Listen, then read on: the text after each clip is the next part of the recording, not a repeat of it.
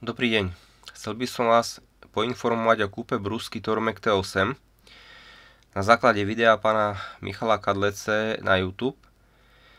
Som si u neho objednal brúsku Tormek T4. Kúpil som ju cez jeho e-shop na jeho web stránke Kvalitný dílna. Asi po 10 dňoch bez akejkoľvek odpovede som mu zavolal v piatok, sľúbil, že sa tým bude zaoberať v pondelok. Pretože sa nič nestalo, nedialo sa a telefonovať sa mu moc nechcelo, musel som ho kontaktovať cez SMS a vyhrážať sa mu obchodnou inšpekciou a políciou.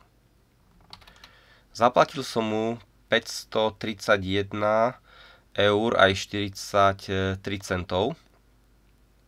Potom mi vrátil peniaze. Môžeme pozrieť.